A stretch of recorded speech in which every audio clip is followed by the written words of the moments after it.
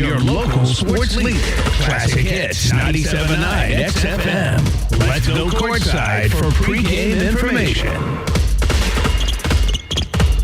Welcome to Altamont High School, home of the National Trail Conference Tournament. I'm Matt Robinson. Dustin White is alongside as we are getting set for the opening game of the National Trail Conference Tournament. It's the 89th edition of the NTC. As we are getting set for this matchup, the play-in game, so to speak, between the number 8 seed, the Cowden Beecher City Bobcats, and the number 9 seeded, the Neoga Indians. Very important game for both of these clubs. They're looking to propel themselves into the tournament. And Dustin, if they win this game, they're guaranteed 4 games throughout the week. And I can promise you, 4 games in a week is a lot better than an extra day or 2 of practice. Yeah, absolutely. I mean, you drop this one, and you have the potential to be 2 and done. Mm-hmm. And nobody wants that because you block this week out. You can't pick up any extra games. You know, you have this, when you are in a tournament, you know, it affects the number of games that your AD can schedule and all this. So if you're going to be here, you might as well play 4 times instead of 2, because I think any coach will tell you that you're going to get better on the floor competition no matter who you're playing against. You're going to improve from that a lot more than going up against each other a few more times in your own gym. Especially this time of year. Practices can start to get stale towards the end of January, with roughly a month before you're looking at the postseason play. So, yeah, you want to get the games in here at the NTC because you're going to be playing quality competition. These 2 teams do have some storylines to it that, you know, are facts. And as far as players available due to injury, and CHBC, to be honest, looks a lot different than they did at the beginning of the year, with a lot of their players choosing not to continue the season. We'll tell you more about it as we get set for the Bobcats and the Indians. It's Cowden Beecher City and Neoga opening up the 89th National Trail Conference Tournament here on Classic Hits 97.9 XFM. Whether you're in the market to purchase a new or pre-owned vehicle, Northside Ford on North Keller Drive in Effingham will find a vehicle that works for you. Check out Northside Ford's selection of cars, trucks, and SUVs today. Hi, this is Kathy from Barlow Lock and Security. Secure your home or business with a customized system from us. Good luck, area teams in the tournament. Come see all the new and exciting Chevrolet and Toyota vehicles here at Dan Heck Chevrolet Toyota, South Route 45 in Effingham, or shop and buy 24/7 at danheck.com.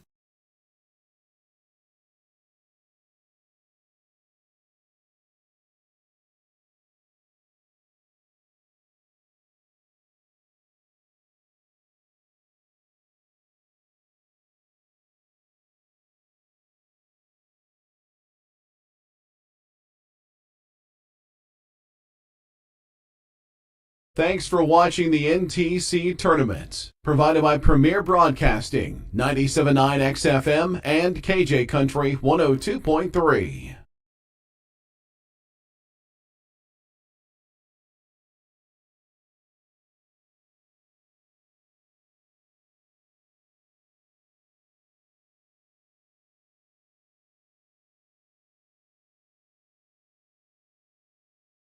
Dan Heck Chevrolet Toyota pregame show. For all your transportation needs, see Dan Heck Chevrolet Toyota as they celebrate 65 years of serving the area. We welcome you back to Altamont High School, home of the National Trail Conference Tournament, as we begin the week with the 8-9 play-in game, as it's the Cowden Beecher City Bobcats at 7-12 on the season, 1-4 in conference play, taking on the Neoga Indians under Andrew Snow. They are 13-6 on the season and 0-6 in conference play, but Neoga's been playing a little bit better and challenging some teams lately, and they've been in a couple of overtime games, as a matter of fact, in conference play, but just haven't been able to get over that hump.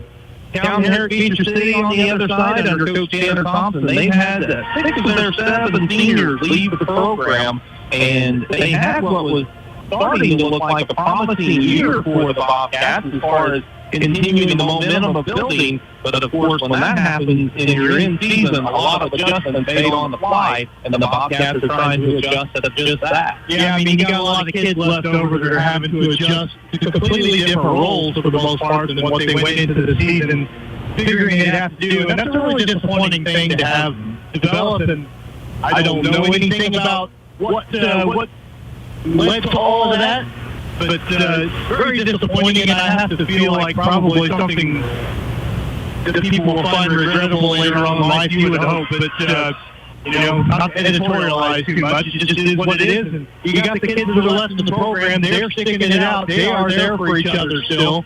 And so you just hope that they can find some positives from the rest of the season and be the ones who stuck around to represent their school. I feel like we needed to tell that part of the story, yes. But I also think from this point on, we're going to do just that. We're going to focus on the kids that are out here on the floor, putting the effort out for the community to enjoy. Yeah, they deserve that recognition. They don't deserve for that to be the storyline and the thing that we keep talking about all week long. So yeah, we will leave it there, but that's the deal. Neoga's kind of been in a rebuilding year. They kind of knew that was going to be the case coming into the season. And then they had a couple of injuries and that sort of thing that hasn't helped things for Coach Snow as well with some of their young talented players. So they're kind of in a situation, too, where they've got some kids that are learning on the fly this season, but you're two-thirds of the way through the campaign, and you kind of are looking to step up, and I think Neoga's got some players that are trying to fill those roles. Yeah, I mean, listen, 3-16 does not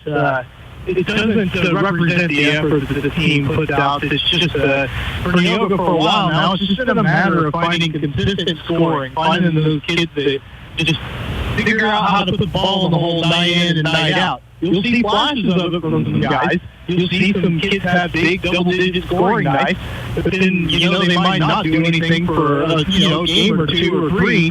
And so there's just that consistency that Andrew Snow was looking for. Andrew's a heck of a coach. It's just been a struggle, again, to just consistently win. If you're not familiar with the tournament format, what I'm trying to say, CHBC and Neoga are the 8-9 seeds. The winner of this game moves into the quarterfinals to take on St. Anthony, the top seed, tomorrow. It'll open up things with the 6:15 game. The loser of this game does have a second chance, so to speak, as they will play the loser of the 2-7 matchup, which is this year Dietrich and St. Elmo Brownstown, in a game at 5 o'clock to see who continues into the consolation bracket. Let's go ahead and take a break. We will come back with the starting lineups and get you set for Game 1 of the 89th Annual National Trail Conference Tournament here at Altamont. And you're listening to it on Classic Hits 97.9 XFM.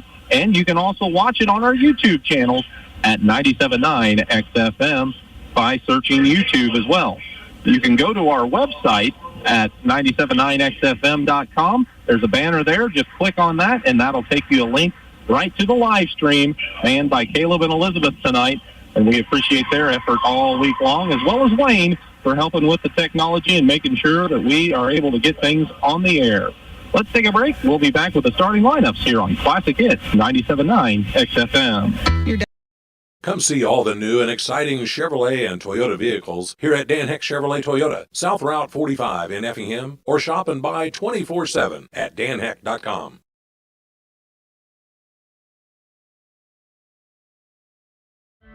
Life's little moments just got sweeter with cashback checking from Washington Savings Bank. Earn cash back on everyday debit card purchases because treating yourself or your loved ones should be easy. McMahon Meats would like to wish all area teams good luck this basketball season. Join the McMahon Meats Loyalty Club. Text BACON to 217-515-MEAT to receive a text with our weekly specials, along with a coupon for 1 pound of bacon free with a minimum $50 purchase. McMahon Meats, where quality and convenience meet tradition. For over 30 years, SPS has been providing care to the surrounding area. Specializing in around-the-clock and hourly care, we focus on in-home and nursing home care. Call Mitchell or Sherry today at 217-690-3240.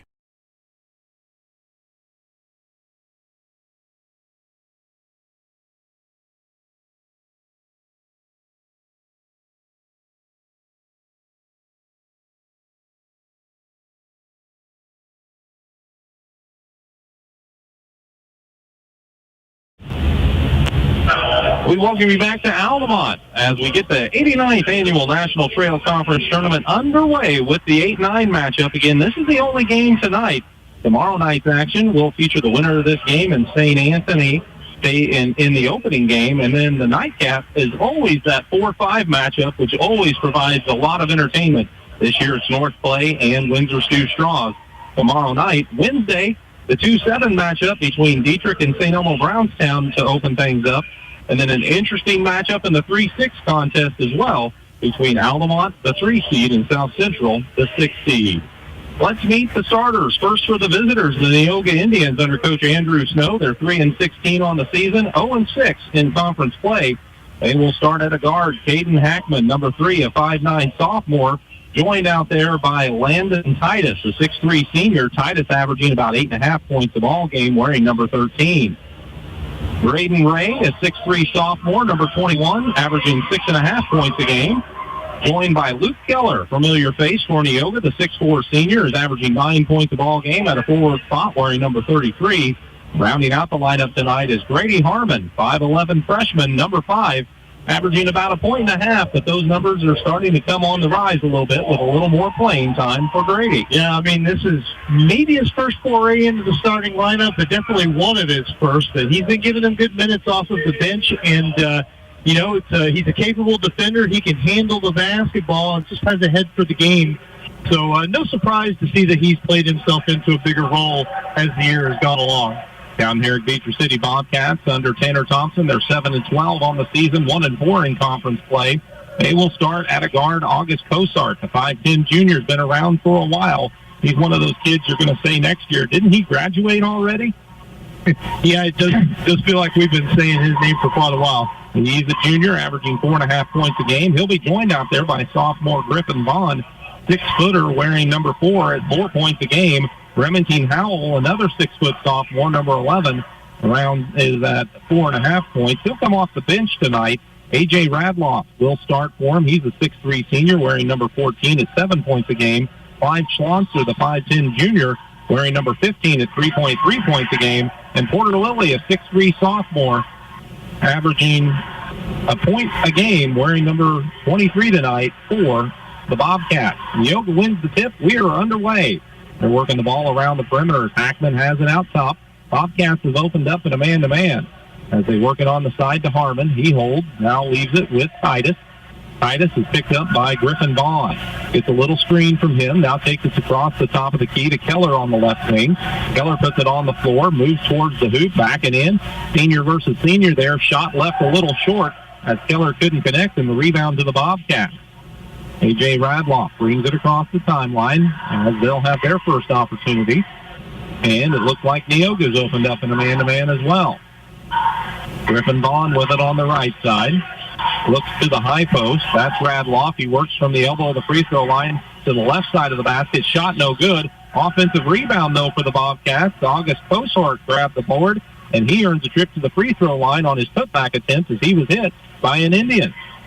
Well, Radloff, probably the most physically imposing player on the floor right now, and he immediately tries to make that pay for himself by going to the rim. Didn't get the shot to go.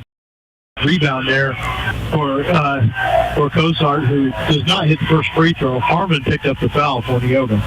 So we're basically a minute into this opening round game, and this free throw's up, and it's off the front of the rim, no good. But Radloff snuck inside, got the offensive rebound position. His putback, though, was missed, and now a rebound tie-up.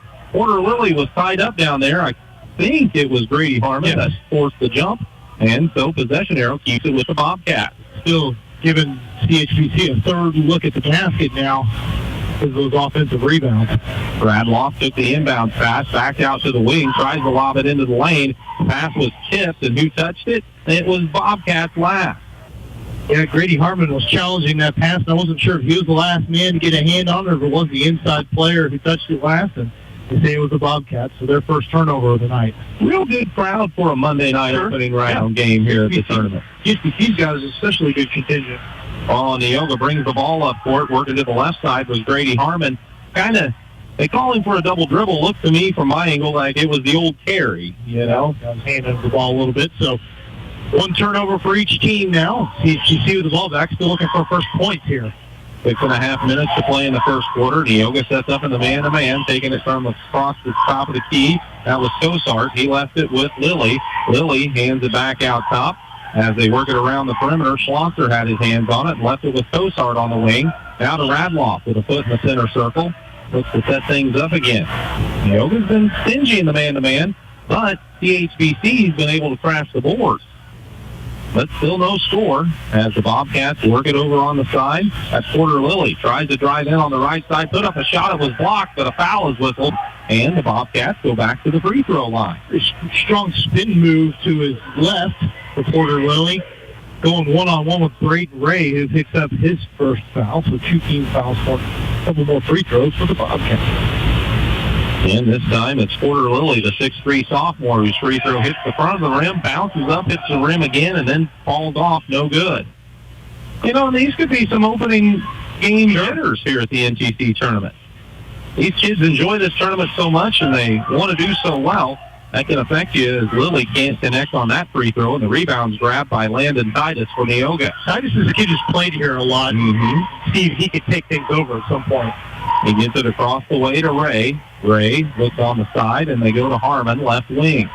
Harmon works around the screen. They try to screen and roll. The Bobcats defend it. They send it out top. 3 on the way is good.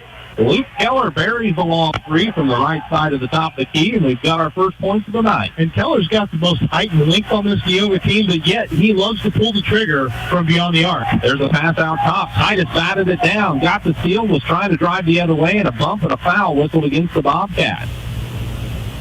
CHBC going to pick one up as they didn't want to let Titus go coast to coast for a layup. Clive Schlosser picks up his first foul, and the Bobcats first.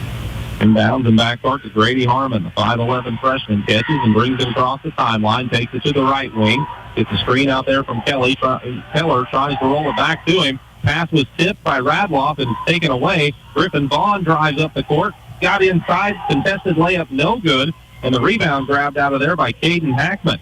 Hackman, another young player who has worked his way into the starting lineup for Neoga, wasn't necessarily there at the beginning of the year. They work it over on the wing to Titus. Titus spins back, now gets it out top. Handling is Braden Gray. They swing it over on the side, and that's Hackman. They get it back to Keller. He's going to launch a 3 from the same spot he just hit from, but that one's well off the mark, and the rebound doesn't touch anything and skips out of bounds.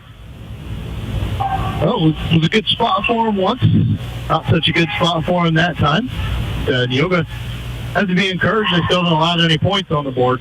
4:45 on the first quarter clock as CHBC has it with Griffin Vaughn on the left wing.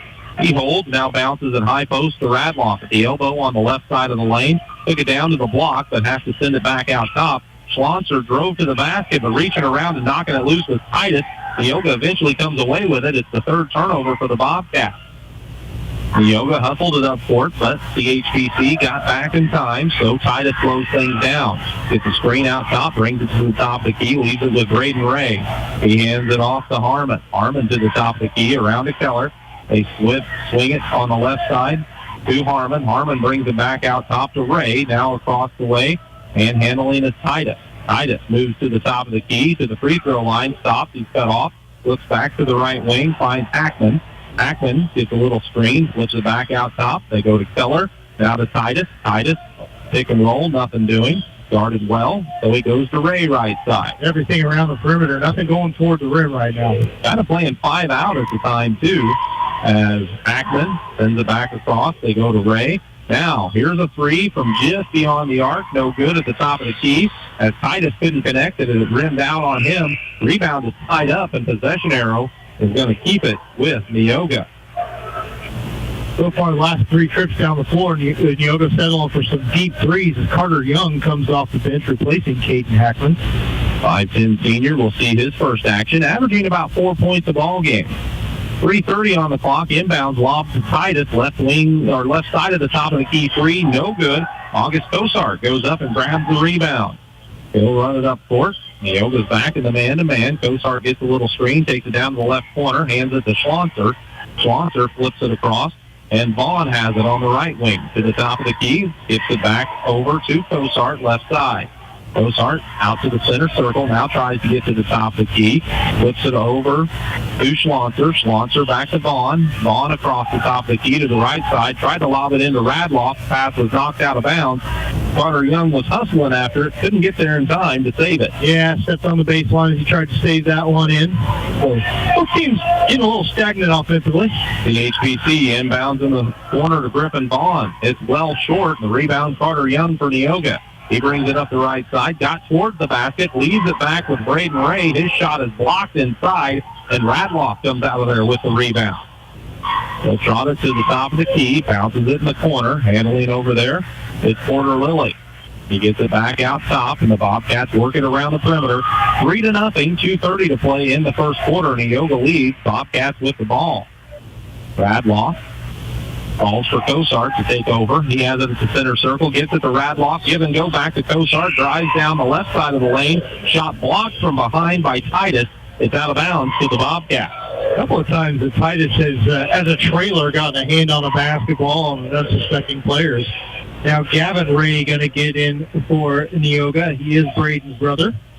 Also into the lineup, Remington Howell, 6-foot sophomore, wearing number 11 for CHBC. So the Bobcats got the ball inbounded. Radloff takes it to the top of the key, hands it back to Cosart. He goes to Radloff. Radloff again looks things over from out top, takes it down the left side of the lane, powers his way to the hoop. Ball got stripped at the last second by Young, but it's picked up by Schlonser. Back in the corner, Radloff, 3 in and out, no good. Rebound Landon Titus for Neoga. Minute 50 on the clock in the first quarter as Neoga gets it up court. Ray has it on the right wing, tries to drive to the baseline, got called for steps, and the turnover, the fourth for Neoga, gives it back to CHBC. Minute 45 on the clock. Bobcats looking for their first score of the ball game as they bounce it to Howell right side. He looks for some cutters, nothing doing. Neoga still in the man-to-man.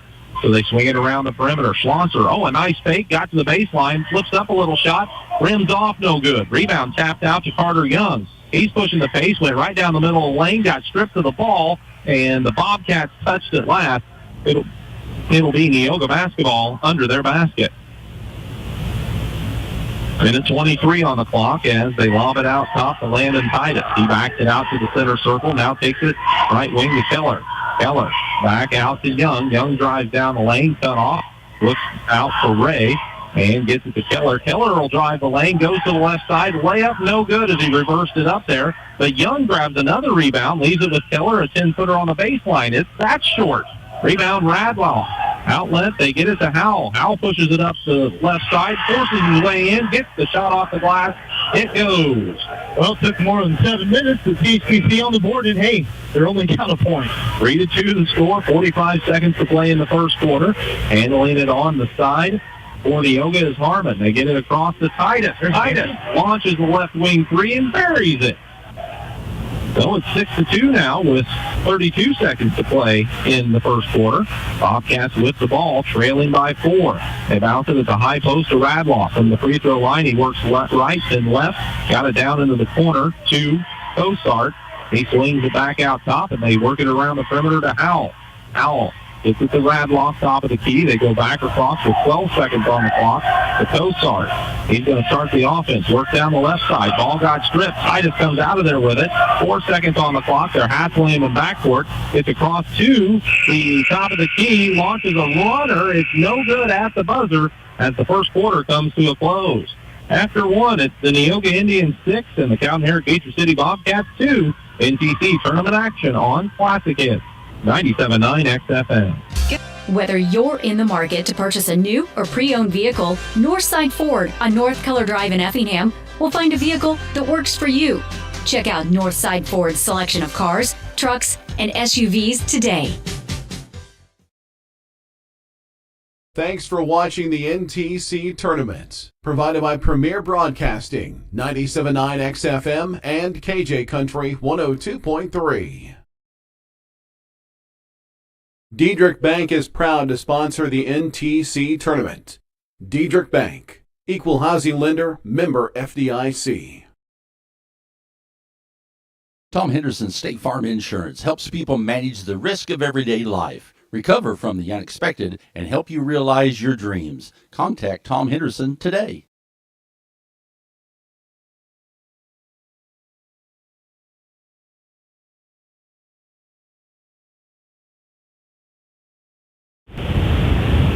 Six to 2 the score. Neoga with the lead. It'll be CHBC ball to start the second quarter. Dustin has your first quarter numbers. Well, as you might imagine, with a score like that, the shooting numbers weren't great. CHBC 1 for 8 from the field, missed all 4 of its free throws, 1 0 for 2 beyond the arc. Neoga 2 of 10 from the field. Did not attempt a free throw, went 2 for 5 beyond the arc. That's not bad. CHBC out-rebounded Neoga 9-7. 5 CHBC turnovers to 3 for Neoga. I told you that 4 earlier. They actually ended up with 3.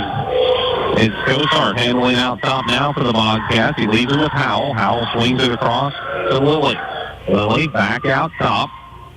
And he gets right back from Swanser now on the corner. Sends it to Radloff. Radloff from the top of the key gets into the paint. Stops, pops, 12 further good. Just shot that A.J. Radloff can get tonight when he wants it. And that time got it to go down. So it's 6 to 4. The lead cut to 2. Neoga with the ball. And Benny Handel out on the perimeter. They look inside for Braden Ray. His shot no good. Rebound tussled for, and it's still loose on the floor. And finally, it's out of bounds. Last touch by Neoga. Gavin Ray got a hand on it, and then I think it was Hackman down there underneath, but just couldn't quite get to it before it went across the baseline.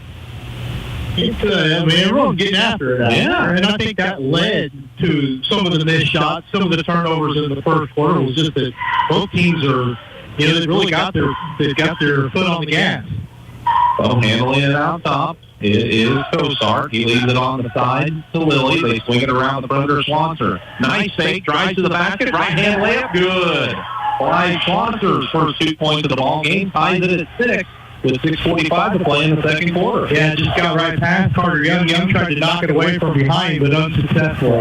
Out top with it is Young. He takes the left side, now kicks it out on the wing. Hackman couldn't find space for the shot, so he gets to the Titus. Titus fires across to Gavin Ray. He goes to Young. Young cuts in the lane, draws a triple team, pass out of it, taken away. Porter Lilly gets the steal. He hands it to Cosart. Cosart to the timeline as he walks it up, finds Swanser right side. Swanser brings it out top. Now got bumped and, Young got a little too close.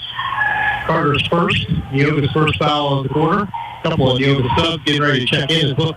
Keller and Harmon were on the bench to start this period of play. Young and Titus going to have a seat for the Indians.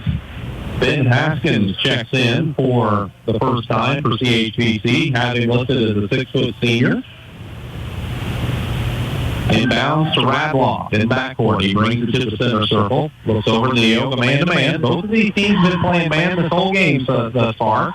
6 minutes on the clock in the second quarter as they hand it off. And that's Swanser, I believe, with it out top. As they swing it back to Swanser now on the left side after they got it to Howell. Howell gets it back. He's on the right side of the top of the key. Moves across to the left side, and he gets called for carrying.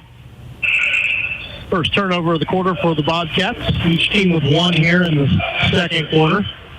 Griffin Vaughn's going to return. The 6-foot sophomore replaces Clive Swanser.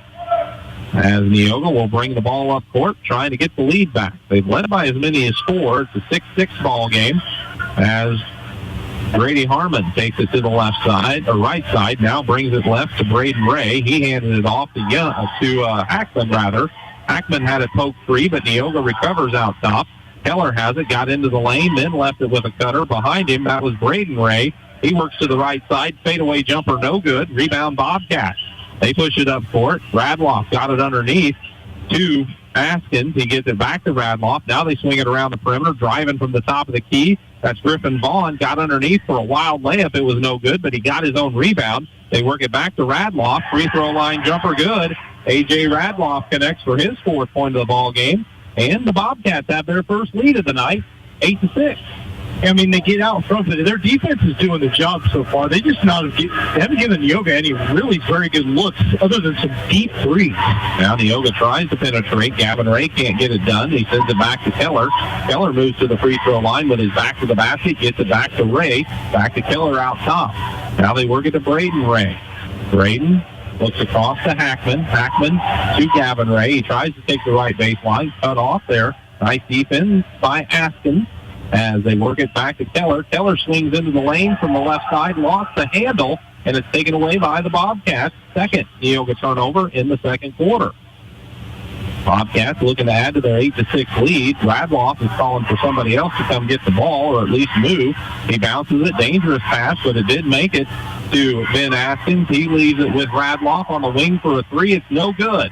Neoga secures the rebound. Hackman brings it up the left side. Now moves to the top of the key where he looks across for Harmon. Harmon goes into the lane. He's swarmed by Bobcats. That can't be good. But he did force his way into a shot, and on the shot he was bumped and fouled. Well, sometimes you get into no man's land like that, might not really have another option besides try to make something out of nothing, and that time August Cosart obliges him, picks up the foul, and sends Grady Harmon to the free throw line. 5'11" freshman for Neoga. Puts the first one up. It's off the front of the rim, no good.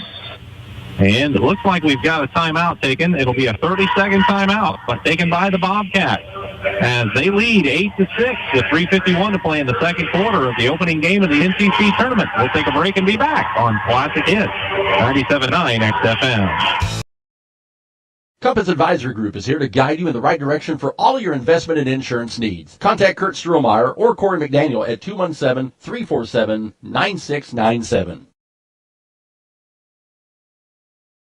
Since 1937, Geckner Brothers has been proud to support local and area teams, and that continues with this year's NTC tournament. Best of Success area teams from the family at Geckner Brothers. Tradition. 3:51 to play on the clock. Since 1930, McMahon Meats would like here in the second quarter. As back to the line is Grady Harmon. He's got one left. He missed the first, then the timeout came. And now Harmon goes to the line, puts this free throw up. It's off the mark. Rebound tap. The two Bobcats had a chance at it. They couldn't control it.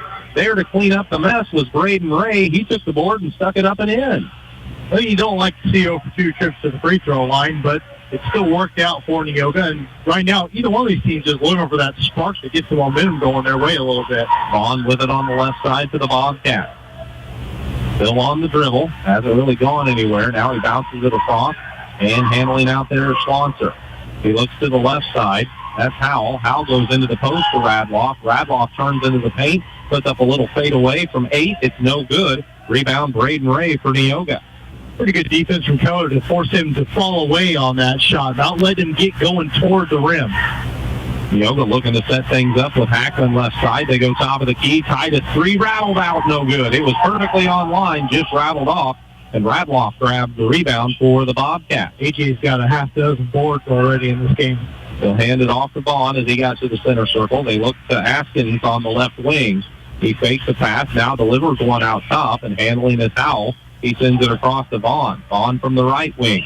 Trying to get inside, nothing doing. Good defense there by Harmon. Now Vaughn picks up his dribble, and he handed it off to Schlonser. Schlonser goes high post to Radloff at the elbow of the free throw line. Takes a hop step into the lane, now sends it out to Askins, and the Bobcats reset.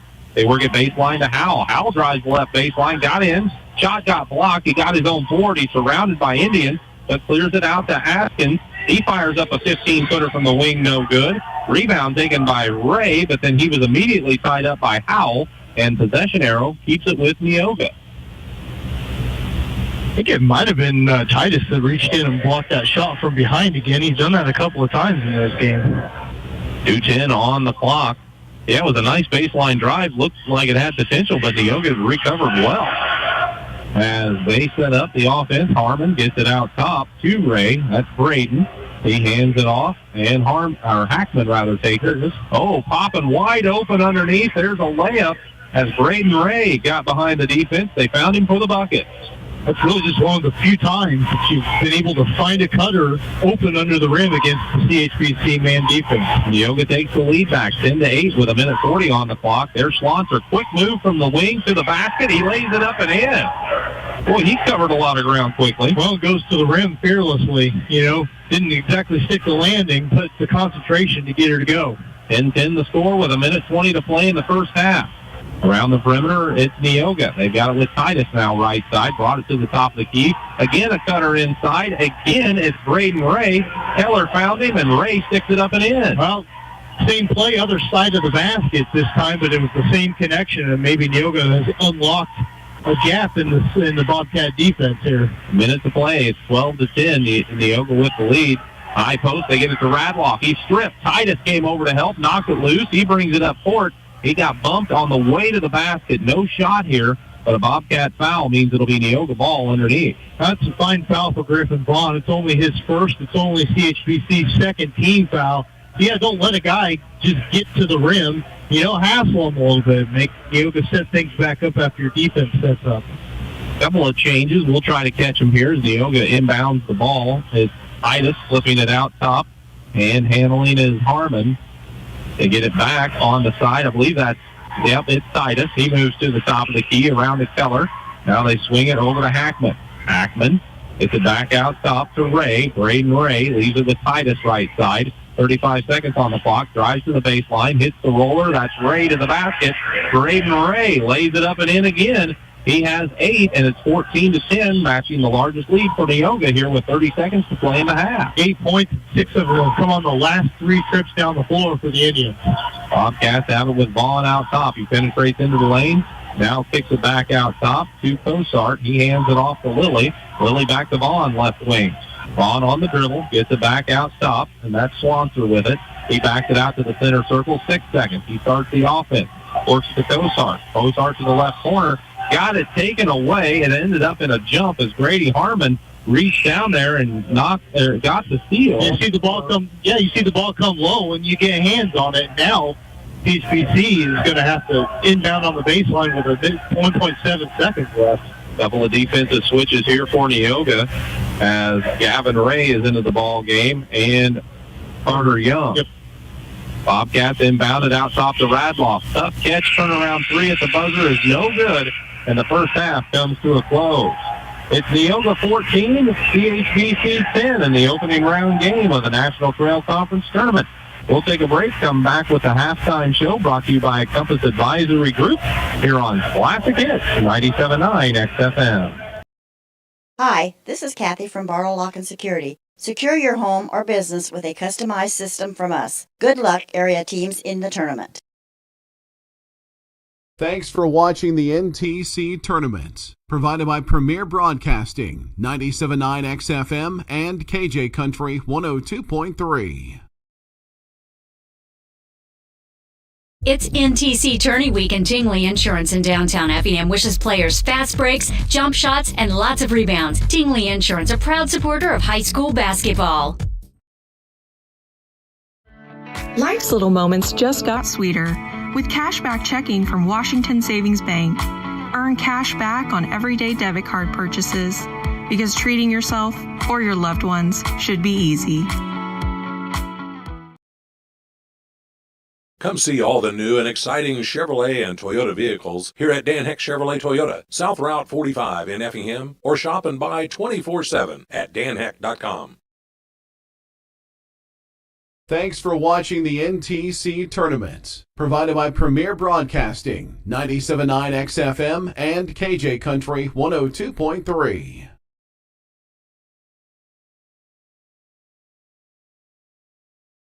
It's NTC Tourney Week, and Tingley Insurance in downtown Effingham wishes players fast breaks, jump shots, and lots of rebounds. Tingley Insurance, a proud supporter of high school basketball.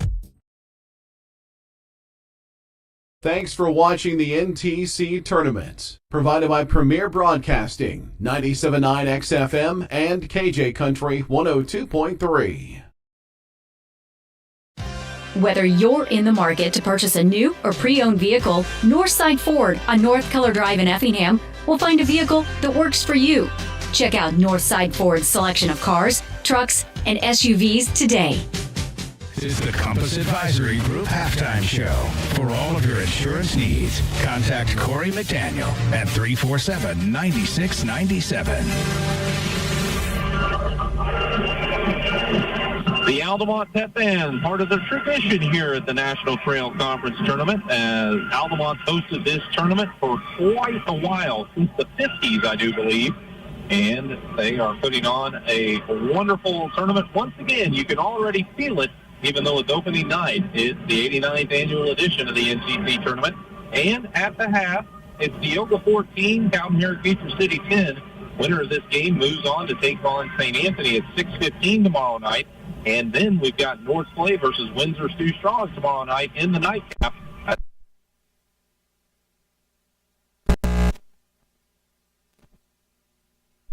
I believe he's ready for all the numbers. I've got them for you, Matt.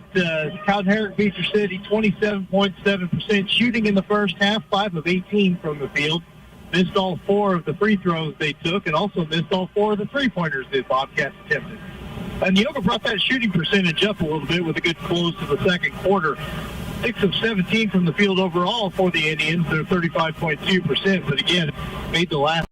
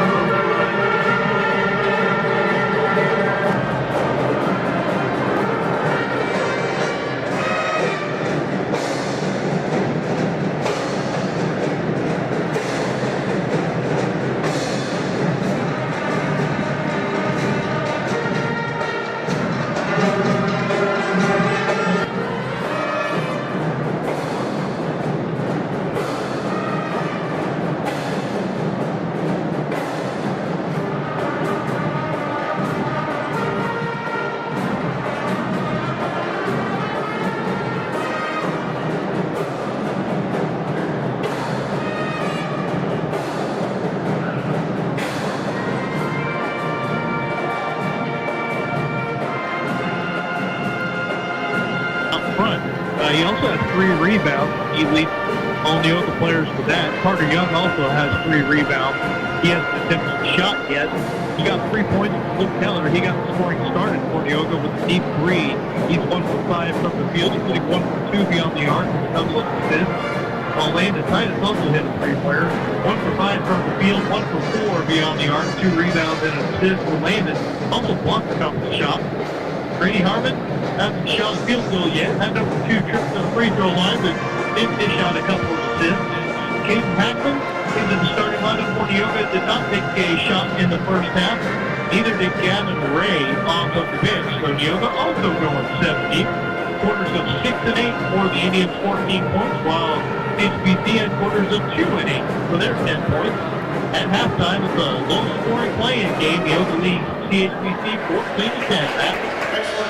Thank you very much, Dustin. We appreciate your work here at the half. As we take a break, we'll get you set for the second half of action here from the 89th Annual National Trail Conference Tournament. And it is Neoga 14, CHBC 10 on Classic Hits 97.9 XFM. Good morning, you're on Pest Control. Yes, sir. Well, before you start, we don't work in DWs. Sir, we're A-Rad Pest Control. We don't work on cars. We work on roaches, termites. We get rid of pests. Yes, sir. No, sir. Sir, we don't do neighbors.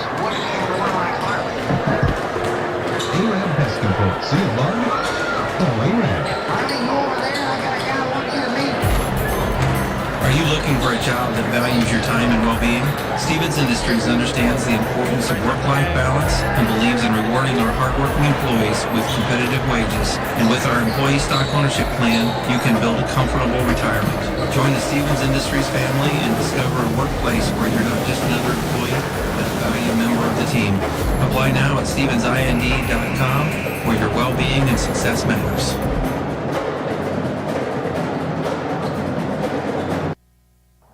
The only score that I have thus far in girls basketball in the first part of the third quarter, it's Altamont 28, Ramsey 18. All right. Thank you very much, Gail. We appreciate that. As here at the half, 14-10 with Neoga leading CHBC. And Dustin, I'm not going to sugarcoat it. There's been some shots that should have been made, especially from the free throw line and that sort of thing. But both teams have been playing man-to-man defense, and both teams have limited driving opportunities. Neoga finally solved a little bit of how to get the ball inside, and I imagine Coach No says, let's try to keep doing a little more of that. Yeah, I mean, that's the silver lining from the first half for Neoga. I do think for CHBC, you have to be pretty happy with how you limited things right up until the closing stages of that second quarter. Now, is anyone going to send tape of this in as like an exhibit of basketball one-on-one? They're probably not going to, but sometimes, again, that's what happens when you have a couple of teams going hard at each other. And again, a couple of teams that have had a lot of roles shifted over the last couple of weeks. They're still figuring some things out. And once you throw in, again, I think there's got to be some nerves playing on this floor. I look out there at the kids that are participating, and not very many of them have logged serious minutes in this tournament in their careers. And they're playing hard. They're getting after it. Part of the reason CHBC only has 10 points is when they have made some aggressive moves to the basket, Neoga's defense has recovered to knock the ball away, whether it be a block shot or at least a knock away at the last second, if not forcing the turnover. But I like that CHBC's taking it. I like it when they take it towards the basket. I would expect to maybe see a little more of that, and maybe try to get Radloff the ball a little lower on the block a time or two. But I don't know these teams that well. These coaches know their players a lot better than I do. I do agree with you. I think Radloff in the paint is something that Neoga doesn't have any great answers for. It doesn't mean that they won't figure it out, but I do think it's something that if you're CHBC, you want to at least try to exploit a little bit more. After a first half where you only put 10 points on the board, it's not going to hurt you to give it a look. No matter what, even it's a 4-point game, so the first few minutes of this third quarter could be big. Yeah. If Neoga runs away and scores 6 or 8 straight, that could build a pretty good lead in a low-scoring affair. Conversely, if the Bobcats score the first 6 or 8, now they've got the lead and the momentum, and we're in for a barn burner. Yeah, I mean, really, that opening moments of the third quarter principle applies to close games at halftime, whether there's 24 combined points or 64 combined points scored. So we'll see Neoga there was a little confusion about who's going to get the basketball first to start the half, but they have set it on Neoga, so it's going to be Luke Keller triggering the sideline inbound when we get going here. It does look like starters are on the court for both of these teams as we get underway in the second half. Inbound goes in backcourt, and handling is Brady Harmon. He brings it to Titus on the right wing. Titus holds, now takes it towards the top of the key. They swing it to Braden Ray.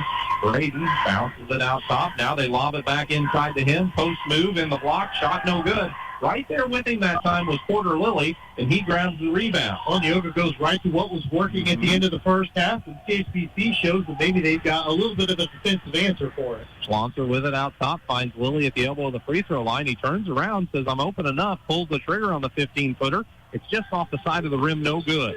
Rebound Titus for Neoga as he trots it up court. Finds Hackman, right wing. Hackman gets the screen out top. They look to Titus. 3 on the way is off the mark. Radloff boxes out and just lets the ball go out of bounds.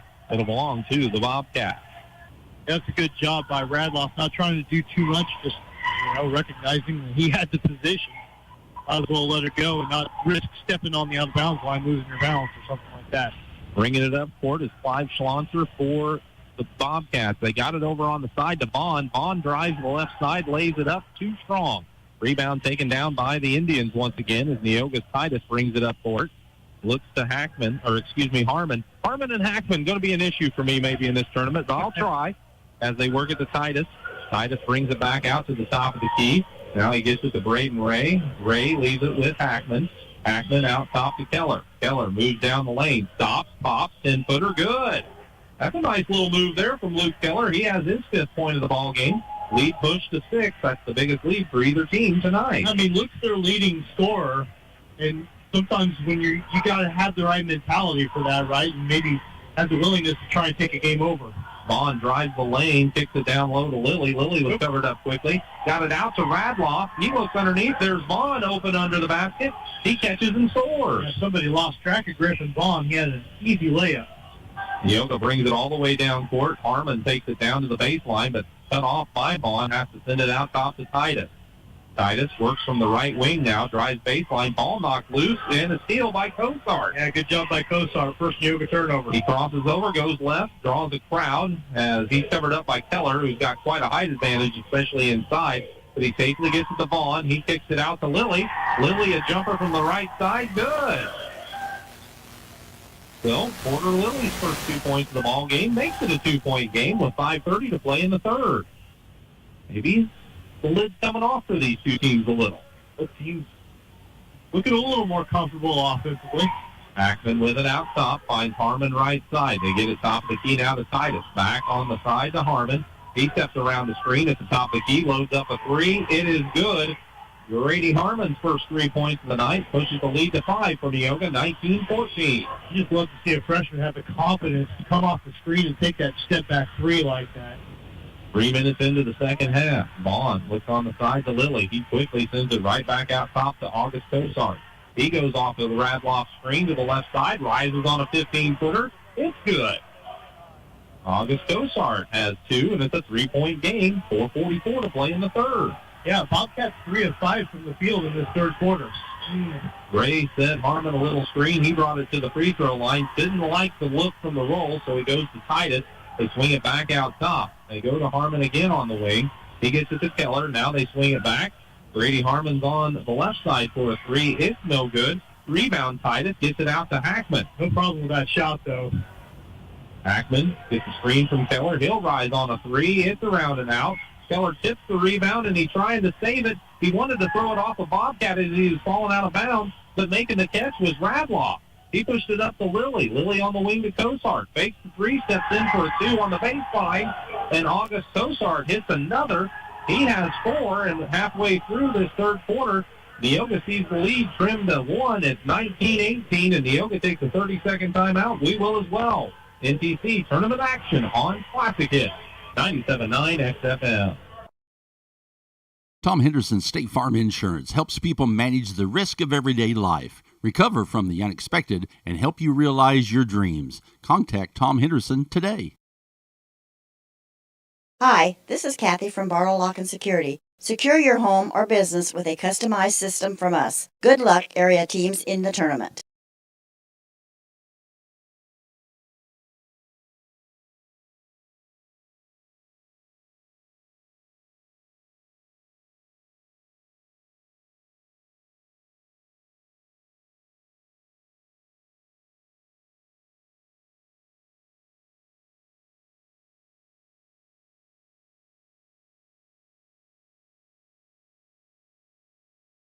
Set shooting either, but, you know, kind of off the dribble, some good-looking stuff there. They're 4 of 6 from the field. They seem to be coming to life offensively. Don't see any changes for either team after the timeout. Neoga handles off the top of the key, driving to the basket. It's Grady Harmon. He made a nice move to the hoop and got fouled on the attempt. They knocked him out of bounds. Harmon will go to the line for a pair of free throws. Grady was a little just kind of out there in the first half, you know, offensively, just moving the basketball, but not really taking an active role in things. He's been a little more aggressive, shooting some three-pointers, going to the rim this time. But this is the first 2 free throws. Radloff picked up his first foul on the play, by the way. Grady 0 for 3 at the line now. So. Radloff does have a seat. I believe it's for the first time tonight, as that free throw is no good. In the lineup for Radloff has been Askin, as rebound was grabbed by Griffin Bond. He brings it up court, looks to Lilly on the high post, finds Schlosser on the right wing. He tried to drive in and then wanted to kick it out, and as he did, a foul's whistled against Neoga. Carter Young into the game for Neoga, picking up his second personal. That's the first team foul for the Indians.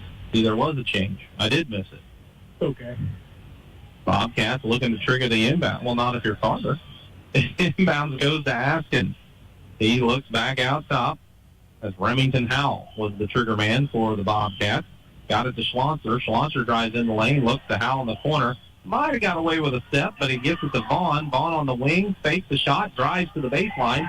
Jumper from 15, no good. Rebound tied up as it was Braden Ray and Haskins in a wrestling match for that ball. And the possession arrow keeps it with the Bobcats. Askins a pretty big body off the bench for CHBC, and I think that paid off for him in that tie-up. Powell triggers the inbound on the side to Vaughn. He works into the lane, puts up a shot that was blocked in there. I believe it was Ray. Loose ball rebound to Keller. He clears it to Harmon, who trots it to the timeline, looks on the side to Young, but his pass was tipped out of bounds by Vaughn. Neoga will keep it, though, to inbounds along the sideline. 3:04 to play here in the third quarter. 19-18, Neoga with the ball and the lead. Carter Young looking to set things up. Moves to the free throw line. Sends it to Titus left side. He gets a screen. Now they go to Keller. Now there's the roll underneath. Making the catch, but double team was Braden Ray, but he was strong enough to get it out of trouble and let Neoga reset. Young works from the wing. Now he's down in the lane. Lost the handle. Gets it back. Turns around. Pulls the trigger on a jumper, and he got it. Boy, a couple of different times that possession looked like it might be busted for Neoga, but somehow Carter Young making something out of nothing and getting his first 2 points of the night. Something about chicken salad. I don't know. That's exactly where my brain went at first, but I figured I better keep us rated PG here. Vaughn cuts down the lane, catches a pass from the wing, and then tried to get it across the lane to Askins, and it's taken away by Titus. But that's just CHBC's first turnover of the quarter. 2:12 to play in the third. Neoga with the ball and a 3-point lead. Young around the screen, gets into the lane, gets cut off. Now sends it to Titus after a pass to Ray. Ray now cuts underneath, catches inside. Askins is there, so Ray has to get it back to Young. Young will drive in the lane, throws up a wild scoop shot as he splits the defense. It's no good. Rebound taken out of there by Porter Lilly for the Bobcats. Got it to Vaughn. Vaughn drove into the lane, got stripped, going to the floor to save it as Askins. He threw it to Howell, who was also on the floor, who somehow got it to Schlonser, to Vaughn. And here's the Bobcats resetting, and now they throw it to the timeline. Lilly has to save it from an over and back, and he gets it to Vaughn. Back to Lilly. Wow. They go to Howell. Baseline 16-footer, no good. Long rebound, out of bounds. I think Neoga touched it last. No official indication yet. But the Bobcats are getting set to inbounds as Howard Manuel never pointed a direction. Like they will keep it. CHBC got some fresh bodies on the floor. It'll be their ball to inbound as A.J. Radloff checks back in. And they have it with Clive Schlonser. He bounces it off to Ben Askins. Askins on the left wing, holds, now gets it out top to Howell. They swing it over to Schlonser, cut off by Young. Young pokes the ball away. It's loose on the floor, and it's popped somehow into the hands of Askins as they were tussling for it. He controls, leaves it with Radloff out top. Now they go to Cosart. Top of the key to Radloff, high post. He hands it to Cosart, who cuts off of it, looks to the baseline. Driving in there for a shot is no good for Remington Howell, but he stayed with it, got the rebound, puts it up and in, and he was fouled. Howell with another offensive rebound. He's got a couple of those. Fouling him on the play, Caden Hackman, his first, Neoga's second team foul. Chance for the Bobcats to tie it up, and somebody finally made a free throw. It's Howell converting the three-point play and tying the game at 21. 45 seconds to play in the third as Titus walks it across the timeline, stops in the center circle, now gets it right side to Carter Young. He brings it to the top of the key. They swing it around to Titus. Titus gets it into the lane, puts up a tough shot in the crowd. It's no good. Radloff grabs the rebound. Clears it to Cosart. 28 seconds on the clock. Coach Thompson, I think, is saying, let's hold for one here. 22 seconds on the clock. Is out top with it now is Schlonser. He passes it over on the side to Cosart. He bounces a high post to Radloff. Radloff, kind of surprised by the pass, did control. Leaves it on the wing. Now he goes to the block, gets the pass back, turn-around jumper in the lane, rolling around on the rim. It's no good. Long rebound out to Radloff. There's still 3 seconds on the clock. He forced a three. It's no good. Howell grabbed the rebound, tried to put it up. He was underneath the basket, couldn't get room to get a good shot. He flipped it towards the basket, and it was no good. After three, we haven't settled a thing in the play-in game of the National Trail Conference Tournament. It's 21-21, CHBC and Neoga on Classic Hits 97.9 XFM. Come see all the new and exciting Chevrolet and Toyota vehicles here at Dan Heck Chevrolet Toyota, South Route 45 in Effingham, or shop and buy 24/7 at danheck.com. Life's little moments just got sweeter with cashback checking from Washington Savings Bank. Earn cash back on everyday debit card purchases because treating yourself or your loved ones should be easy. McMahon Meats would like to wish all area teams good luck this basketball season. Join the McMahon Meats Loyalty Club. Text BACON to 217-515-MEAT to receive a text with our weekly specials, along with a coupon for 1 pound of bacon free with a minimum $50 purchase. McMahon Meats, where quality and convenience meet tradition. For over 30 years, SPS has been providing care to the surrounding area. Specializing in around-the-clock and hourly care, we focus on in-home and nursing home care. Call Mitchell or Sherry today at 217-690-3240. Third quarter stats. CHBC made as many field goals in the third quarter as did in the first half. 5 of 13 from the field, made its only free throw, went 0 for 1 beyond the arc. Neoga 3 of 9 from the field, 0 for 2 at the line, 1 for 4 on three-pointers. CHBC out-rebounded Neoga 12-4. Neoga ball to start the quarter. Titus penetrated down to the right baseline, got double-teamed, sent it out to Keller for a wing three. It's no good. Good offensive rebound in there by Gavin Ray. He couldn't get a shot away because he was being fouled, and we'll see how they rule this. Yep, they're going to give him a couple of free throws. Well, CHBC made its first free throw there in the closing stages of the third quarter. We'll see if Neoga can get one to go down. So far, they need to go for 4. Gavin, the 6'1 senior, puts the free throw up off the heel of the rim, no good. They remain tied with 7:43 to play in the contest. Winner of this game plays tomorrow night at 6:15 against St. Anthony. The loser drops to Thursday's 5 o'clock game. This free throw on the way. Looks good, and it is. So Gavin Ray has his first point of the night, and Neoga takes the lead back, 22-21. Close game in the fourth quarter. You get the feeling maybe one of these teams might wish they had a couple more of those free throws go down so far tonight. Radloff holding at the top of the key, now flips it back towards the center circle, where he finds Cozart. To Radloff, back to Cozart as he drove down the lane, stepping over at the last second to knock it away with Gavin Ray. Looked like CHBC had a layup cooking. Neoga's had some active hands on the drivers. They've been able to knock balls loose without fouling. Inbound goes to Ray along the side of the lane, puts up a 12-footer. It's no good. Titus, the Neoga rebound. Outlet ahead to Harmon. Brady Harmon on the dribble on the left wing, gets a screen from Ray, brings it into the lane, now looks back for Keller. Jumper from 15, good. Luke Keller settled in for his 7th point, and now Neoga's up 3, 24-21, a minute into the fourth quarter. Cozart to the top of the key. Brings it right side to Schlonser. Schlonser on the wing. Looks for the cutter. That's Howell. He's cut off on the baseline. Picked up his dribble. He needs some help. Sends it out top to Schlonser. He bounces at high post to Radloff. Give and go back for Schlonser. Tough catch. He controls it somehow, but he's heading out of bounds. Got it to Lilly. Lilly tried to pass it out top, and it's picked off by Neoga. Keller brings it up court. Stops, pops. Jumper from 10. No good. Boy, it's not a great shot to get out of that transition. If you don't have it, just back it out and run some offense. Radloff grabbed the rebound, brought it up court, looked for a cutter underneath. Howell. Pass was too hot to handle for Howell, off his hands, out of bounds for a Bobcat turnover. Their second of the quarter. By the way, grabbing that rebound off the missed Keller shot, Radloff has 10 boards in this game. Nobody else even has more than 5. 24-21, Neoga with the ball in the lead as Young brings it to the top of the key, looks to Titus. Boy, Cozart almost got that ball knocked loose, but Titus touches, gets it on the wing as Harmon looked at a three, thought better of it, got it across to Keller. He hands it off to Young. Young had a wide open drive to the basket, went for the scoop layup, couldn't hit. Rebound taken down by CHBC. They get it ahead to Howell. His shot is swatted out of bounds. I believe that was Gavin Ray again knocking it loose. Carter Young's gotten to the rim a couple times, just making it too difficult on some of those shots. A little too much extra movement. Just go hard to the rim. Bobcats trailing by 3, working the ball around the perimeter after they inbounded from the baseline.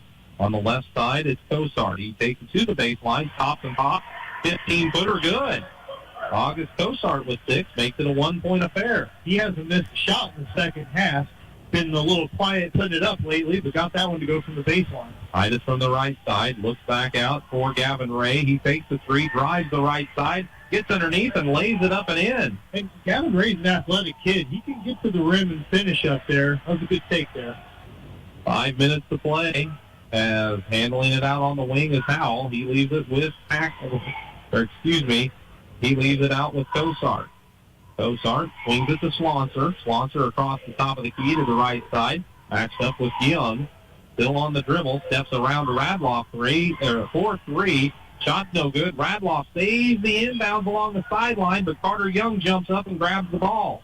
He brings it to the timeline, hassled, so he picked up the dribble and safely got it away to a teammate. And Young has had a good nose for the ball a few times, going and getting those 50-50 balls with some strength. Titus to Keller, now on the side to Harmon. Brady Harmon works to the top of the key, looked inside, couldn't find what he wants, got it to Gavin Gray. His three from out top, no good, but Keller tapped it. It went to Titus in the corner. He loads up a three. It's missed, but Ray grabs this rebound on the opposite side. Leaves it on the wing with Young. He gets to the basket. Layup, left it short.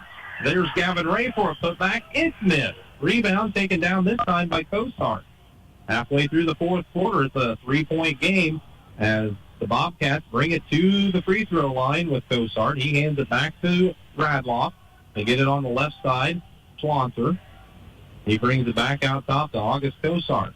He goes high post to Radloff. Radloff back to the basket. Looks to Lilly on the left baseline. Fakes the shot. Now sends it back out top. 3:40 on the clock in a three-point game. Neoga with the lead. CHBC with the ball.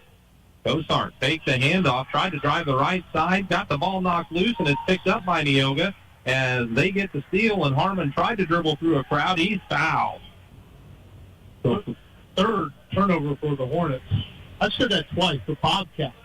What's wrong with them, Matt? I don't know. It's opening day for us, too, here at this NTC tournament, as Porter Lilly will have a seat. Back into the lineup is Griffin Bond for the Bobcats.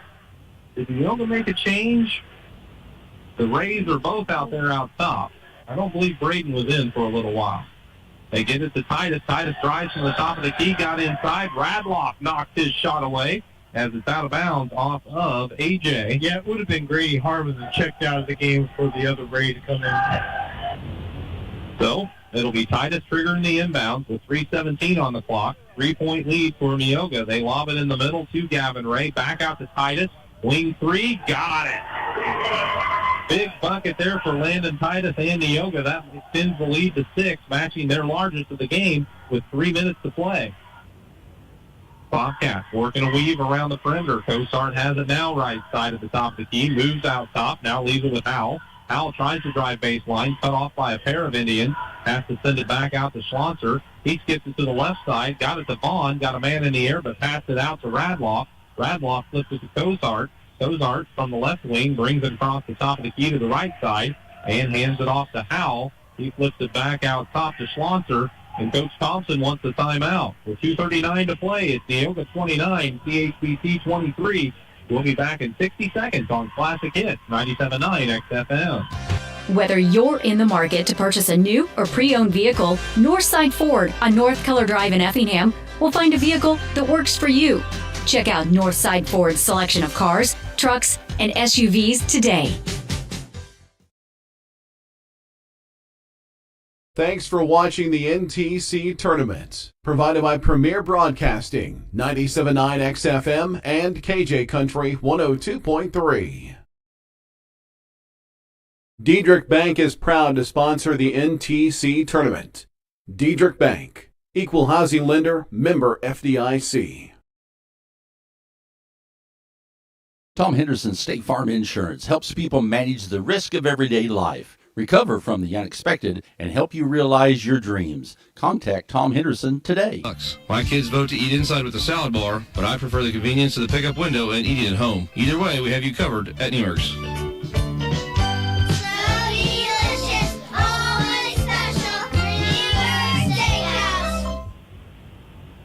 Bobcats took the timeout. Their offense was a little stagnant, and time's becoming an issue. 6-point game with 2.5 minutes to play. Yeah, they kind of need something here. They get it to Radloff. He works his way into the lane. Now sends it out to Vaughn. Left wing three, no good. Rebound. Vaughn went in and got it. Puts it up, and it's in.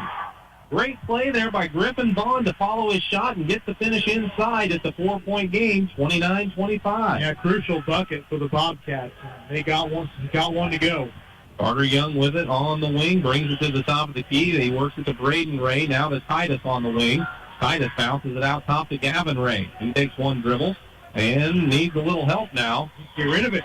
And he finds Carter Young, but Coach No says, I got plenty of timeouts. Let's make sure we save the possession here with 1:56 to play in the fourth quarter. It's Neoga 29, CHBC 25. We'll be back in 30 seconds on Classic Hits 97.9 XFM. Hi, this is Kathy from Bartle Lock and Security. Secure your home or business with a customized system from us. Good luck, area teams in the tournament. Compass Advisor Group is here to guide you in the right direction for all your investment and insurance needs. Contact Kurt Strohmeyer or Corey McDaniel at 217-347-9697.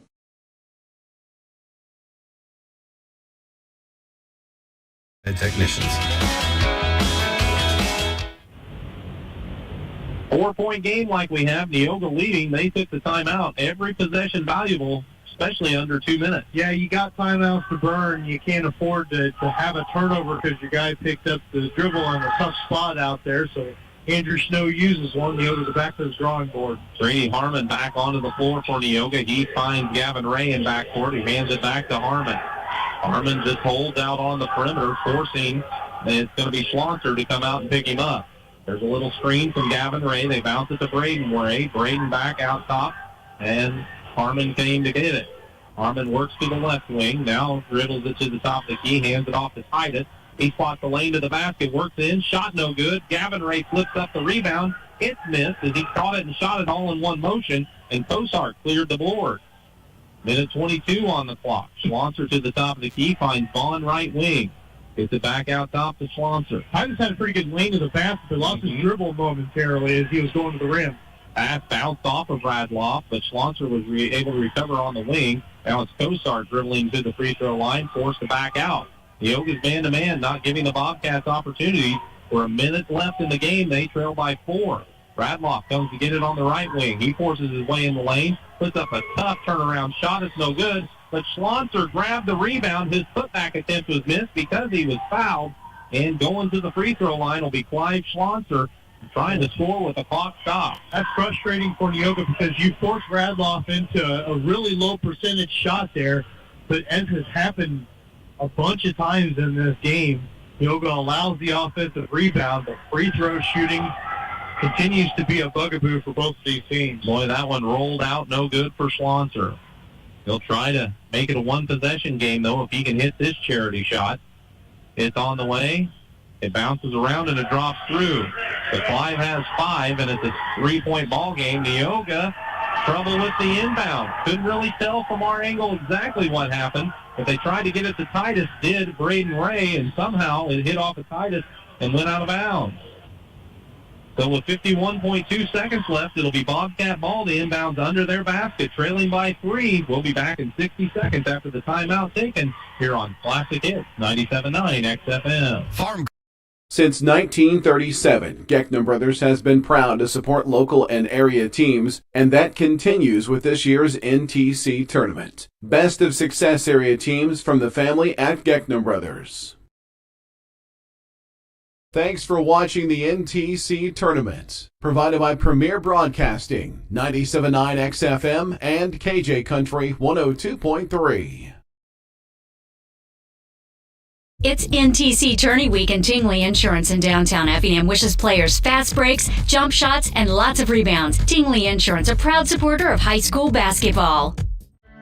Life's little moments just got sweeter with cashback checking from Washington Savings Bank. Earn cash back on everyday debit card purchases because treating yourself or your loved ones should be easy.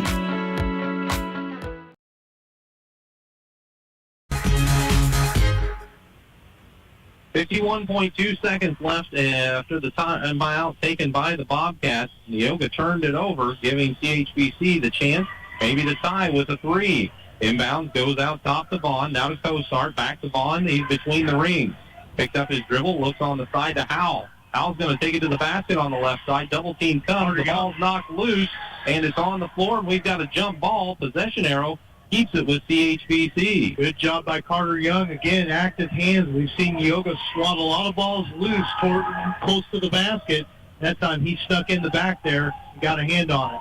Inbounds to Radloff. He took it to the top of the key. Now shuffles it out to Kosart. Schlosser to Howell. Howell drives the right side. Cut off nicely by Braden Ray. They get it out top to Radloff. Radloff works down the left side of the lane. Puts the shot off the glass. No good, but we've got a foul on the rebound. Neoga had the board. They got pushed from behind, but Dustin, both teams a ton of fouls to give yet, and there's just 21 seconds left. Yeah, be aggressive. That's the first team foul. No, the third team foul, I'm sorry, for CHBC. So there you go. Timeout taken by Neoga with 21.3 seconds left. They lead by 3. We'll be back in 60 seconds here at the NTC tournament on Classic Hits 97.9 XFM. Make sure there are no violations and fouls at your home. Get some help with side defense. Life's little moments just got sweeter with cashback checking from Washington Savings Bank. Earn cash back on everyday debit card purchases because treating yourself or your loved ones should be easy. Come see all the new and exciting Chevrolet and Toyota vehicles here at Dan Heck Chevrolet Toyota, South Route 45 in Effingham, or shop and buy 24/7 at danheck.com. Thanks for watching the NTC Tournament, provided by Premier Broadcasting, 97.9 XFM and KJ Country 102.3.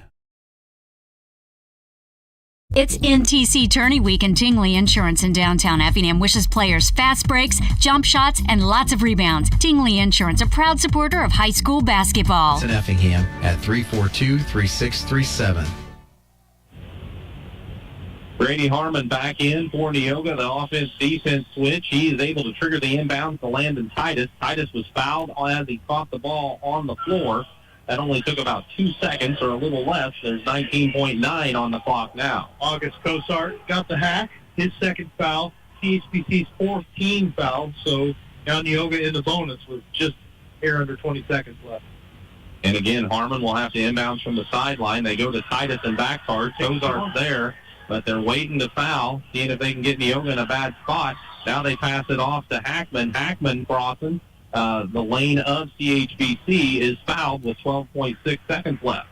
Can you afford to be picky about who you foul in that situation, Matt? I think clearly Neoga was wanting Titus to go to the line if they could, but Titus was looking at a 10-second call if he didn't get rid of it. So I don't know that you can be that picky down 3, and you know you're sending them to the line for 2. That was the third foul for August Cosart, sending Aiden Hackman to the free throw line. First shot of any kind he's taken tonight, and he makes it. So I don't blame him for the strategy. He hasn't shot yet tonight, but he makes them pay. It's now a 2-possession game with 12.6 seconds left as Neoga has the 4-point edge.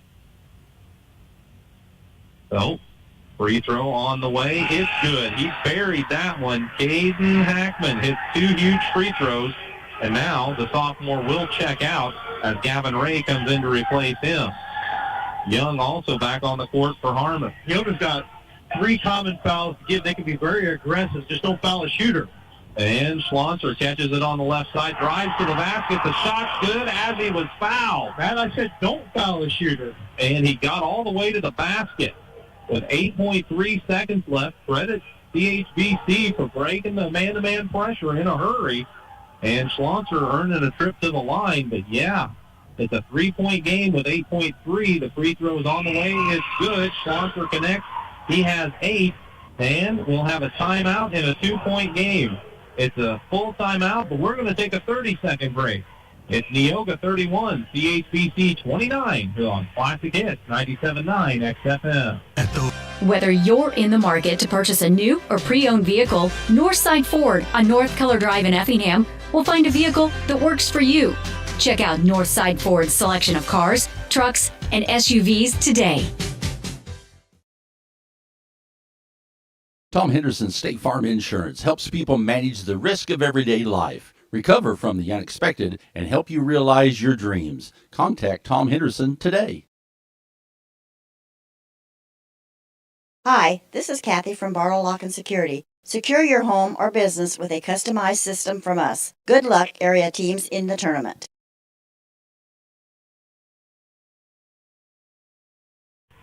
Neoga's got to bring it the length of the court, and Gavin Ray took the court, and Coach Snow said, no, we subbed you out. As Carter Young is out there with Brady Harmon, and he's going to be the trigger man. They're looking. Still looking. Finally, Keller comes to get it. He made the catch and got fouled immediately by Radloff. Radloff's second, so we'll walk down to the other end of the floor and shoot a couple free throws. Boy, these are big free throws. With 7.3 seconds left, it's the one-possession game, even if he goes 1 of 2 at the line. Hey, we'd like to know where people are watching and listening from. Steve Lauer down in Lake Placid, Florida, watching the game here tonight, Matt. And Dan Romack also paying attention online. Not surprised. To this free throw from Keller, and it's good. Dan's a Neoga boy through and through. Luke Keller with 8. That makes it a 3-point game. 7.3 seconds left, but still a big free throw to come here. Free throw shooting for Neoga has been poor all night, making them when they count here in the fourth quarter. The next one's on the way. It's good. Keller hits them both. He has 9. It's a 4-point edge. In a hurry, Schlonser passes it up to Cosart. Takes a 3. It's no good. Rebound on the weak side. Howell puts it up at the buzzer, but it doesn't matter. It didn't go anyway as Neoga holds on for the victory. They defeat CHBC 33-29. It'll be Neoga back in action tomorrow at 6:15 against top-seeded St. Anthony. Cowden Herrick Beecher City slips to the Thursday opening game at 5 o'clock, where they will play the opener. The opener that night against the loser of Wednesday's opener, Dietrich and St. Elmo Brownstown. Again, the final score, Neoga 33, Cowden Herrick Beecher City 29. We'll be back with a chat with each of the coaches after Dustin gives us the stats on the postgame show, brought to you by Farm Credit Illinois, here on Classic Hits 97.9 XFM. Come see all the new and exciting Chevrolet and Toyota vehicles here at Dan Heck Chevrolet Toyota, South Route 45 in Effingham, or shop and buy 24/7 at danheck.com. Life's little moments just got sweeter with cashback checking from Washington Savings Bank. Earn cash back on everyday debit card purchases because treating yourself or your loved ones should be easy. McMahon Meats would like to wish all area teams good luck this basketball season. Join the McMahon Meats Loyalty Club. Text BACON to 217-515-MEAT to receive a text with our weekly specials, along with a coupon for 1 pound of bacon free with a minimum $50 purchase. McMahon Meats, where quality and convenience meet tradition. For over 30 years, SPS has been providing care to the surrounding area. Specializing in around-the-clock and hourly care, we focus on in-home and nursing home care. Call Mitchell or Sherry today at 217-690-3240. Whether you're in the market to purchase a new or pre-owned vehicle, Northside Ford on North Keller Drive in Effingham will find a vehicle that works for you. Check out Northside Ford's selection of cars, trucks, and SUVs today. Thanks for watching the NTC tournament, provided by Premier Broadcasting, 97.9 XFM and KJ Country 102.3. This is the Farm Credit Illinois postgame show. Farm Credit Illinois, assisting farmers for over 100 years. We welcome you back to the 89th Annual National Trail Conference Tournament, where we just wrapped up our opening round game and our only game of the night here at Altamont. Final score, Neoga Indians 33, the Cowden Herrick Beecher City Bobcats 29. Neoga improves to 4-16 on the season, while CHBC slips to 7-13 on the campaign. And this game means a lot to these two teams. They want to get as many opportunities to play in this tournament as possible. Now Neoga, with the win, knows they'll play tomorrow night, they'll play Thursday night, and they'll play again Saturday. And so they are looking forward to that. CHBC is in a position where if they would fall in their next game, they would be eliminated from the tournament. And they have to wait to find out who their opponent is until after the Wednesday opening game, because that'll be either Dietrich or St. Elmo Brownstown. The 7th seed, the Eagles, take on Dietrich, the number 2 seed. And I know there's a lot of gap there, but that could be an interesting matchup as well. With this tournament basically being wide open, you have to give St. Anthony a favorable nod with the way they played throughout this. But, boy, there's a lot of teams that could really have a good game or two and propel themselves into the final third of the season on a really good note. Yeah, that point's well taken. And also just getting back to the CHBC of it all, I mean, you go back to the drawing board, practice for a couple of days, but you don't know exactly who you're practicing for either. So, you got to kind of split time between a couple of different scouting reports, and you make the most of it, but you'd sure rather be on the other side of things. Neoga obviously knows they're going to have their handful with St. Anthony tomorrow night, but they played their way into the tournament, and they'll have more opportunities throughout the week. Coach Snow is making his way across the top of the gymnasium towards our broadcast booth as his club put together quarters of 6, 8, 7, and 12 for their total of 33 tonight. And down here at Beecher City had quarters of 2, 8, 11, and 8 for their total of 29. As, again, Neoga picks up the 4-point victory, 33-29. Dustin, maybe some team stats real quick here. I got them for you. CHBC shot 32.5% tonight, 13 of 40 from the field, 3 of 8 on its free throws. That's 37.5%.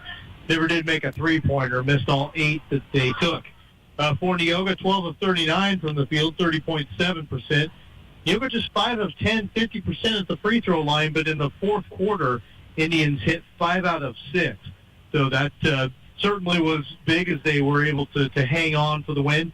And they also hit 4 of 14 three-pointers, 28.6%. Rebounding favored the Bobcats, 32-24. But CHBC turned it over a few more times.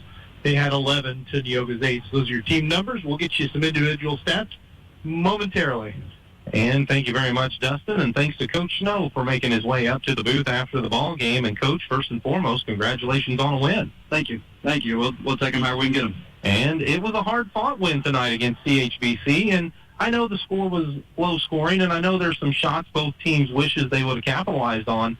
There was also a lot of good man-to-man defense out on the court tonight as well. Yeah, from the get-go, it was a strange game where neither team could really get in a rhythm and go. I kept thinking somebody's going to have to go on a run here and either way, but it just never seemed to happen. But, yeah, solid, good defense both ways, but we missed a few open shots that I think we normally would hit, and we didn't finish a few shots around the basket. And, yeah, just an odd game in terms of getting an offensive rhythm, but found a way. Found a way, and maybe kind of the micro rhythm or the micro burst, and that came from Braden Ray cutting to the basket there in that second quarter. Teammates finding him, and he took advantage of some opportunities there in that second quarter. Yeah, Braden was the recipient there of some good cuts by himself and finding our post-to-post guys, and I think probably Luke Keller assisted on all those, being the other big there. But, yeah, proud of him for looking to the hoop, proud of Braden to cutting hard to the basket. We've been trying to get him to do that. He's so athletic, and if he can get a step on his defender and get to the hoop to a spot where he can catch and score. But,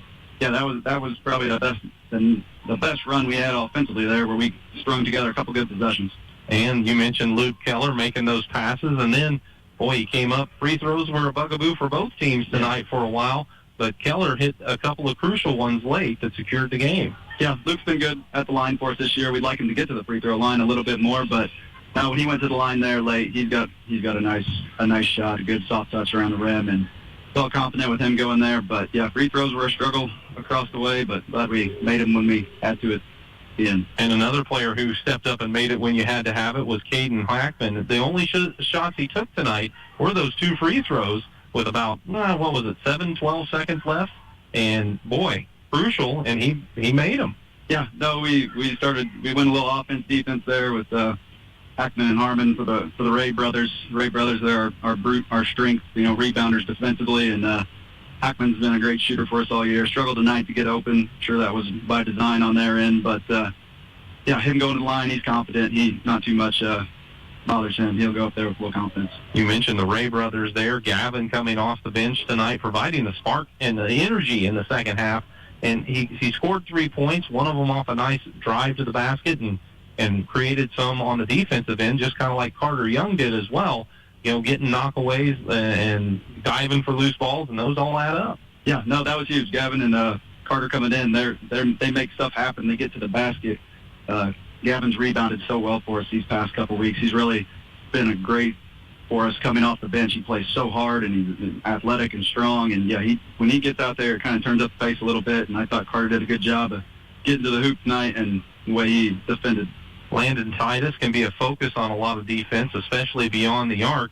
Ran a nice little inbounds play with a lob in the lane and kick out to him. at a crucial time, and he buried it. Now that one felt big. Like I'm trying to think who called that. It might have been Carter. Carter looked at it and called that one for Landon, and as soon as he left his hands, I'm thinking that this one has to go. Because he missed several open ones tonight by not even a close margin. He missed them pretty good, but that one there left his hands good. It was good screens on the inside to get him open, and that one kind of extended us. Maybe that put us up, 6 or maybe 5, but in a game like this, 6 feels like 12 or 14, so that was a big one. And Grady Harmon, a freshman, handling the ball a lot for you. A lot of pressure in a spot like that, especially, this is a big game because you want to get into the tournament, so to speak, and he seemed to handle things very well. Yeah, he's very calm and poised, and that's why we got him out there to handle the ball and keep us in our offense. And, I think he hit an open shot here tonight, missed another one in and out, a good open shot. I'm encouraging him to look to score a little bit more, but he's sliding into that role for us, being a steady point guard that keeps us in our offense, reverse it, and he's been defending well and rebounding, but for his first game in the conference tournament, we'll take it. He'll build on that. And like you say, a first win against a conference team this season, that's something to build off of. And, yeah, you do kind of go into the frying pan, so to speak, when you take on the top seed St. Anthony tomorrow night. But I would assume that your boys would rather do that than practice tomorrow. I think so. Yep. No, we're excited to play our way in. We'll show up with a plan. We'll come up with something, but, the Mike Tyson quote, everybody's got a plan until they get punched in the mouth. So we're going to show up with our plan and try and dodge a few punches there early and see what we can do. You couldn't have shot it worse tonight, but I don't think we turned. I think we defended pretty well, rebounded well, and we didn't turn it over. And if we can do that tomorrow and shoot it a little bit better, we'll find a way. Hey, take your chances, right, Coach? Absolutely. Well, Coach Snow, we appreciate you coming up and chatting with us after the ball game. Congratulations on the win, and like I say, we look forward to seeing you tomorrow night. Sounds good. Thanks, guys. Coach Andrew Snow, nice enough to visit with us after the ball game as his club picks up the victory over CHBC. Final score 33-29 tonight as Neoga gets the win. Dustin went through the individual stats. Let's see what he's got, or went through the team stats. Let's see what he has individually. All right, for Cowden Herrick Beecher City, Clive Schlonzer led the way with 8 points tonight, 3 of 5 from the field, 2 out of 3 at the free throw line. They got a half dozen out of the August Cosart, 3 of 5 from the field, hit some big second half shots for the Bobcats. 0 for 2 at the free throw line with 4 rebounds. 4 points for Griffin Vaughn, 2 of 9 from the field with 3 boards and an assist. A.J. Radloff, 4 points on 2 of 13 shooting. He did have 10 rebounds. Far and away the leading rebounder in the game. Also blocked a couple of shots, dished out a couple of assists. Porter Lilly, 1 for 2 from the field, 0 for 2 at the free throw line for his 2 points. He had 3 rebounds. And then off the bench, Remington Howell got them 5 points, 2 of 5 from the field, made his only free throw, and also grabbed 5 rebounds, 4 on the offensive glass. He was active on that offensive glass. Ben Askins also saw some time, didn't score, but did go 0 for 1 from the field with a rebound. So those were the 7 that got in for the Bobcats. They fall to 7 and 13 on the year, and again, they will have to wait a couple days to see what else they've got. You want me to go through Neoga real quick, or we want to get Coach Thompson on here? Coach Thompson, he's made his way up here, so let's hand him the headset as Coach Thompson works his way up after the ball game. And, Coach, we always appreciate the opportunity to chat with you, even though tonight it's after a tough loss in a game that really does mean a lot to both of these teams, and it showed by the effort that they put out there. I know it was a low-scoring affair, but it looked to me like there was a lot of good defense being played as well. Yeah, that's something I was real proud of. The defense was outstanding tonight. They did really good, and both teams did good. Not just us or not just them. It was a great affair the whole way around. And, and we mentioned it. We're not going to harp on it, but a lot of players have to accept some different roles throughout the season. Midway through the campaign is always a challenge. But it was fun for me to watch a player like Clive Schlonzer take it and be a little more aggressive in the second half. And, it showed up with 8 points. And, he's trying to step into a role there that might be a little different for him than what you thought. Yeah, and there's a lot of them. Clive, August, the whole starting five, the whole team. Mm-hmm. They really bought into their new roles on the team. And they're improving every day. They get better and better each day, and that's all you can ask for as a coach. I'm proud of them. Yeah, and the effort was there the entire game long. And A.J. Radloff scored 4 points, and And there's nights where we're going to see him score more than that, I'm sure, but he still didn't let that side of it, when he wasn't maybe getting a shot or two to fall, bother him because he was grabbing boards and finished with double-figure rebounds tonight. Yeah, he is. He's a team leader. He really does fight hard on all aspects. He doesn't care about scoring. I mean, yeah, we all like it, don't get me wrong, but, you know, he doesn't hang his head if he's not making a basket or anything. He just keeps going. And you had players come in like Remington Howell, a sophomore coming off the bench, provided a nice little punch as well by getting you a bucket or two. Yes. He's been working on his shot a lot, and it's showing. His defense is outstanding. I mean, it is awesome. And that's what we have been working a lot on this year. Me, Coach Earhart, glad he's with us. And, you know, he knows defense, you know, with his boy playing here. So it's been fun. It's been good. Griffin Vaughn, another sophomore, along with Porter Lilly in the starting lineup. And, you know, doing a lot of good things, taking care of the ball for the most part. I mean, those are all important things that's going to allow your team to build for the remainder of the season. Yes, they are. Their basketball IQ has improved a ton. And what people fail to realize, we're young. Yeah. Sophomores and juniors. So it's going to be fun for the next few years, and it's fun this year. We're still doing pretty good, and I'm happy with them. Well, every team looks to maximize the number of games that they can get in this tournament, and that's why this opening round game is big for both of these clubs. But your team still has a chance to come back on Thursday. Don't know who you're going to be facing just yet, but battle into the consolation bracket. Exactly, and that's what I told them. I go, guys, it's not over. You still got another one, and there's still something to prove. You know, with a young group, I know both teams that we may play, they're both really good, both well coached, and it's going to be a battle, but we're going to be up for it. Well, Coach, we appreciate you chatting with us tonight after the game, and it's always a pleasure. Yes, thank you guys very much. That's Coach Tanner Thompson of the Cowden-Herrick-Beecher City Bobcats. Nice enough to spend a few moments with us after the game as well, as his club falls tonight to Neoga in a close one, 33-29. And now let's have those individual numbers, Dustin. Yeah, we got through the Bobcats' individual stats for Neoga. Nobody in double figures, but Luke Keller led the way with 9 points, 3 of 9 from the field, 2 out of 2 at the free throw line. He grabbed a couple of rebounds, dished out a couple of assists. Braden Ray not far behind, 8 points. Again, scored all 8 of them in the second quarter. Went on a little jag there. Ended up 4 of 8 from the field. Let's go with 4 rebounds. He blocked a shot. Landon Titus, a half dozen points on 2 of 12 shooting. Made a couple of three-pointers tonight. He was 2 for 8 from three-point range. Had 6 rebounds, though. That was a team-high number. And he swatted a couple shots as well. 3 points for Grady Harmon. 1 of 2 from the field. Made a three-pointer. Both of his attempts from the field beyond the arc. Went 0 for 4 at the free throw line, but did have 3 assists as well. And let's see. Yeah, Luke Keller had 3 assists as well in the game. Forgot to mention that when I went through his numbers. 2 points for Caden Hackman, but again, 2 big points. Had a 2 for 2 trip to the free throw line there in the fourth quarter. A couple of rebounds for him. You also got 3 points from Gavin Ray, 1 of 4 from the field, 1 for 2 at the line with 4 rebounds and an assist. All 4 of those rebounds offensive, by the way. And Carter Young, 2 points on 1 of 4 shooting. He had 4 rebounds.